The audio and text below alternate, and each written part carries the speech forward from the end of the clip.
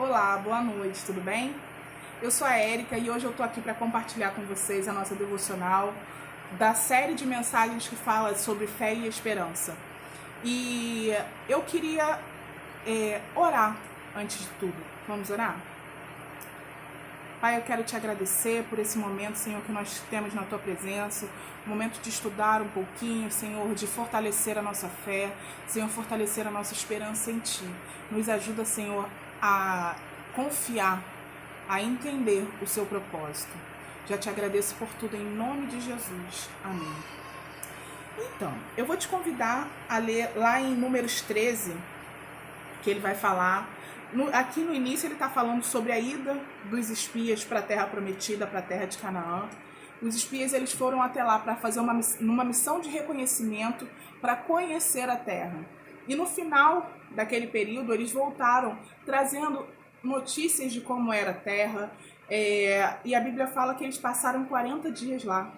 Né? Eles passaram uma quarentena, que é esse período que o Pai tem recolhido a gente para a gente estar em família, e é justamente isso que o Pai tem feito. A gente está em família para a gente ouvir a voz da nossa família e ouvir a voz do Pai. Deus tem nos dado um tempo de excelência para a gente focar em tudo aquilo que vem do alto, para a gente ouvir tudo aquilo que Ele está querendo falar, entender, ler, meditar na Bíblia.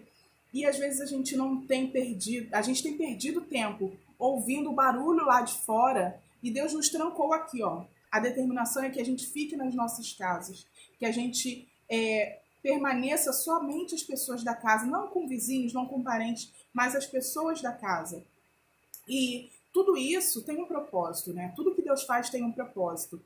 E às vezes a gente está lá, ouvindo os barulhos que vêm lá de fora, e não está atento ao barulho, à voz que o Pai quer falar conosco, tudo aquilo que Ele tem aqui para a gente. E a gente pode despertar nossa fé, despertar nossa esperança de que isso tudo vai passar, que é um momento que vai passar, né? Se a gente focar e entender tudo aquilo que o Pai quer falar conosco. Por isso eu queria te convidar. Vamos ler lá em Números 13?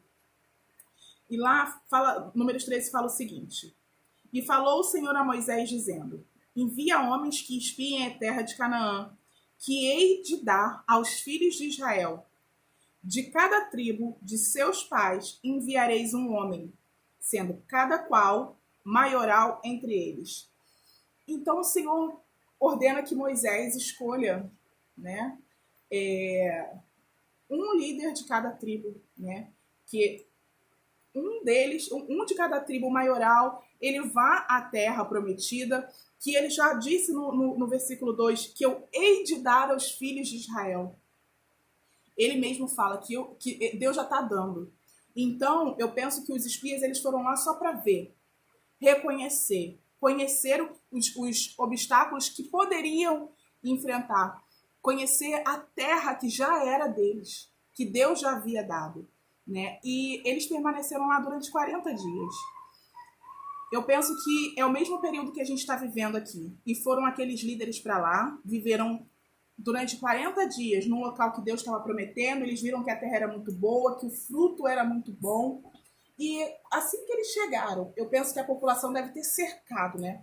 Cercou os 12. E aí, o que você viu lá? Como é que era a terra? O que você acha de nós irmos para lá? E eles foram e disseram: a terra é muito boa, a terra mana leite e mel. O fruto é de excelência. Eles trouxeram vários frutos para que o povo pudesse experimentar, para que o povo pudesse ver.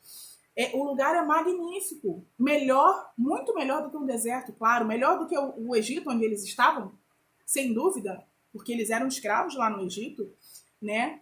E só que, porém, alguns dos espias falaram assim: porém, lá na terra tem um povo forte, o povo é poderoso, tem gigante naquela terra, a terra é cercada de inimigo. E eu penso que aquele porém foi decisivo para que o povo começasse a murmurar, começasse a se rebelar. Mas como é que eu vou para uma terra dessa? Eu vou para uma terra que tem gigante? A gente não é capaz de vencer gigante? E começou aquele burburinho, aquela murmuração, aquela reclamação. Só que lá atrás o pai já tinha dito que daria a eles. Só que eles não estavam focados nas palavras que o pai tinha dado. no que o Pai já tinha falado. Eles não estavam pensando sequer nos milagres que o Pai já tinha feito na vida deles. Quantos e quantos milagres foram operados? E assim somos nós. Quantos e quantos milagres Deus já fez na nossa vida? Quantas vezes Deus já nos livrou da morte? Eu posso dizer que o Pai já me livrou da morte várias vezes. E às vezes a gente esquece e começa a murmurar: ah, Senhor, essa situação é difícil, essa situação eu não vou passar, eu não quero passar por essa situação, eu não vou, e bate o pé, fica com o pé firme, faz biquinho e fala: não vou. E aí Deus fala: tudo bem, você não quer, eu tô te dando. Você não quer, paciência. E assim somos nós. E eu penso que lá naquela época foi exatamente assim. Os espias, eles trouxeram os pontos negativos e os pontos positivos. Mas Deus, quando ele nos dá alguma coisa, ele antes já nos fala assim, ó, isso vai ter isso, isso, isso e isso para você fazer. Ele já nos prepara antes, para que a gente tenha as armas certas, que a gente tenha a estratégia certa. E foi exatamente o que ele fez ali com os israelitas. Ele mandou os espias lá, para que os espias olhassem a terra, vissem quais eram as armas, como que eles iam enfrentar, ao invés de traçar estratégias para enfrentar aquele povo que estava lá, na terra que o Senhor já tinha falado, é tua, toma aqui o título de propriedade, a propriedade é sua, eu estou te dando, tem um povo lá, mas aquilo lá é seu. Você tem que enfrentar eles assim, assim, assim. Os líderes voltariam de lá com as ideias já formadas de como enfrentar aquilo. Se não voltasse com as ideias formadas, ia reunir, e aquela reunião ia resultar numa estratégia para derrubar aquele gigante. Porém, a murmuração do povo e ver somente os pontos negativos fizeram com que aquele povo permanecesse no deserto durante 40 anos. O castigo daquele povo, eu penso que foi o castigo, né? Porque Deus, porque fala lá no versículo, lá em Números 14, Deus fala para Moisés: até quando? Até quando esse povo vai ficar murmurando? Até quando esse povo não vai acreditar em mim? Até quando nós não vamos acreditar naquilo que Deus tem pra gente? E a nossa fé tem que estar em Deus. A gente tem que acreditar em Deus, porque se eles tivessem crido que Deus ia sustentar, que Deus ia guardar, eles estariam desfrutando da terra prometida. Porém, eles preferiram acreditar nos 10 espias que falaram: olha, tem gigante. O medo paralisou todo aquele povo. E o medo fez com que aquele povo permanecesse no deserto. O nosso medo de enfrentar hoje o nosso gigante é um vírus. O nosso medo de enfrentar esse gigante está nos paralisando, está nos mantendo numa bolha. Deus já nos deu a estratégia. Qual é a estratégia? Vamos falar desse caso em específico. Existe uma estratégia de prevenção. Lavar bem as mãos, usa álcool, faz isso, faz aquilo. Se protege com máscara. Quem é do grupo de risco não vai para a rua de jeito nenhum. E quem pode se guarda em casa, só que o nosso medo está paralisando a gente, está deixando a gente prostrado e reclamando. Quem está trabalhando está reclamando, quem está em casa está reclamando, porque a gente não está satisfeito. E eu penso que foi exatamente igual que aconteceu lá com aquele povo. O povo não estava satisfeito. Deus já tinha livrado de todas aquelas pragas. Livrou eles do cativeiro, tirou aquele povo de um cativeiro de 400 anos. E eles ainda estavam murmurando, pensando que Deus não ajudaria eles, uma terra que Deus já tinha dado, um posicionamento que Deus já tinha dado. Só que Caleb e Josué, eles viram as promessas do Pai. E eu quero que você foque em Caleb e em Josué, nos profetas, nos espias, nos líderes que Deus mandou lá espiar a nossa promessa e trazer somente as boas novas. Aqueles que estão dizendo: confia, Deus vai nos guardar. Confia, se Deus disse que é nosso, nós vamos entrar naquela terra, nós vamos vencer, nós temos capacidade de vencer aquele povo.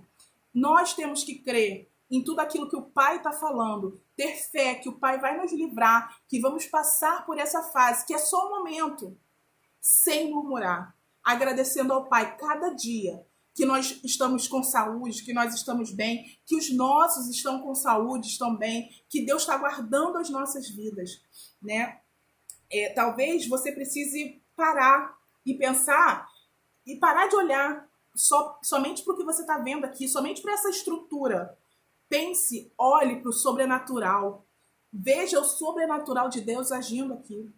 Às vezes, o que você está vendo aqui, a nossa mente ela é muito limitada, né, digamos assim. A gente só consegue ver o que está aqui na frente dos nossos olhos. O que está aqui, a gente não consegue ver. A nossa visão periférica, por vezes, ela é limitada. Hoje eu te convido a abrir essa visão periférica e ver, contemplar todas as maravilhas que o Pai tem para nós. É um tempo precioso, um tempo para a gente estar orando, estar jejuando, estar em harmonia e crendo que o Pai pode fazer por nós. Josué e Caleb, eles viram as promessas do Pai sobre a vida. Eles viram as promessas se cumprindo. E foi por isso que eles conseguiram entrar na Terra Prometida.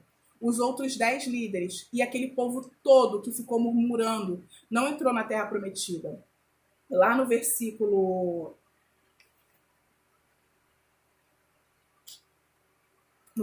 30, Deus fala que somente a descendência deles, né, no versículo 31, a descendência dos murmuradores iam ver tudo que eles perderam.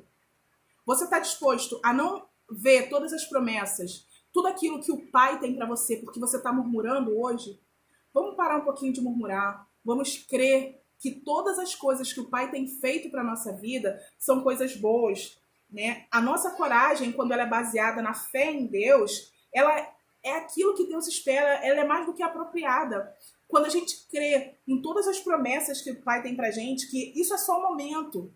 Quando a gente entende que tudo isso que a gente está passando hoje é para a gente receber lá na frente a nossa terra prometida, entender que quando a gente dá ouvidos, somente aqueles que não nos querem ver chegando na terra prometida, quando a gente não ouve aquilo que o Pai tem pra gente, a gente vai morrer no deserto.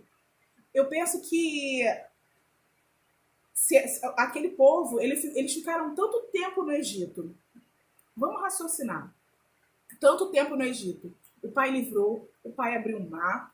Deus fez maravilhas. Deus não matou ninguém. O anjo passou lá, todo mundo marcou. O anjo da morte passou lá, matou todos os primogênitos de toda daquela redondeza. E não matou os filhos de Israel. E mesmo assim, o povo não acreditou que poderia herdar uma terra maravilhosa, uma terra que mana leite e mel. Acredite, a sua promessa ela vai acontecer. Tenha fé que nenhum dos seus será atingido, que Deus já está guardando a nossa vida, que o deserto não é o nosso lugar. Então, não é lá no deserto que a gente tem que ficar. Só que se a gente continuar murmurando, é lá que a gente vai morrer, é lá que a gente vai ficar. O sofrimento que a gente está passando agora, ele é apenas um aprendizado. E eu penso que nem é sofrimento, gente. Vamos colocar... É um vírus. Quando a gente fica gripado, a gente está sofrendo por antecipação. A gente fica sofrendo... Se a gente já tem as medidas que a gente tem que fazer, por que a gente continua sofrendo? Né? A gente tem que confiar que apenas Deus pode mudar essa situação. Só Deus que pode mudar isso. Então a gente tem que confiar, a gente tem que crer. E eu espero que você confie que Deus está no controle, que Ele vai agir ao nosso favor, né? Nós não podemos voltar ao normal. A gente pensa assim, quero voltar logo à minha vida normal. Mas a gente não pode voltar ao normal, porque o normal é exatamente o problema. Foi de lá que Deus nos tirou, daquela normalidade, daquela coisa ali do que a gente estava vivendo.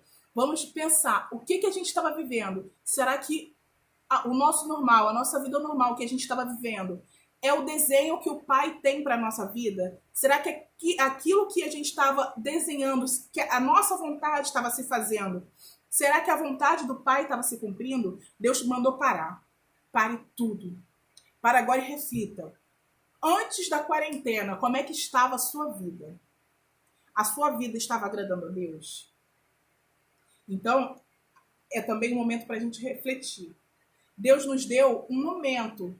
Deus falou assim, pera, Deus está nos dando uma segunda oportunidade da gente entrar no desenho dele, entrar no caminho, entrar em tudo aquilo que ele tem para as nossas vidas, para que a gente saia do deserto, para que a gente não fique perambulando pelo deserto durante 40 anos. Mas se a gente continuar murmurando, se a gente continuar desacreditando de tudo aquilo que Deus tem falado, a gente vai morrer no deserto.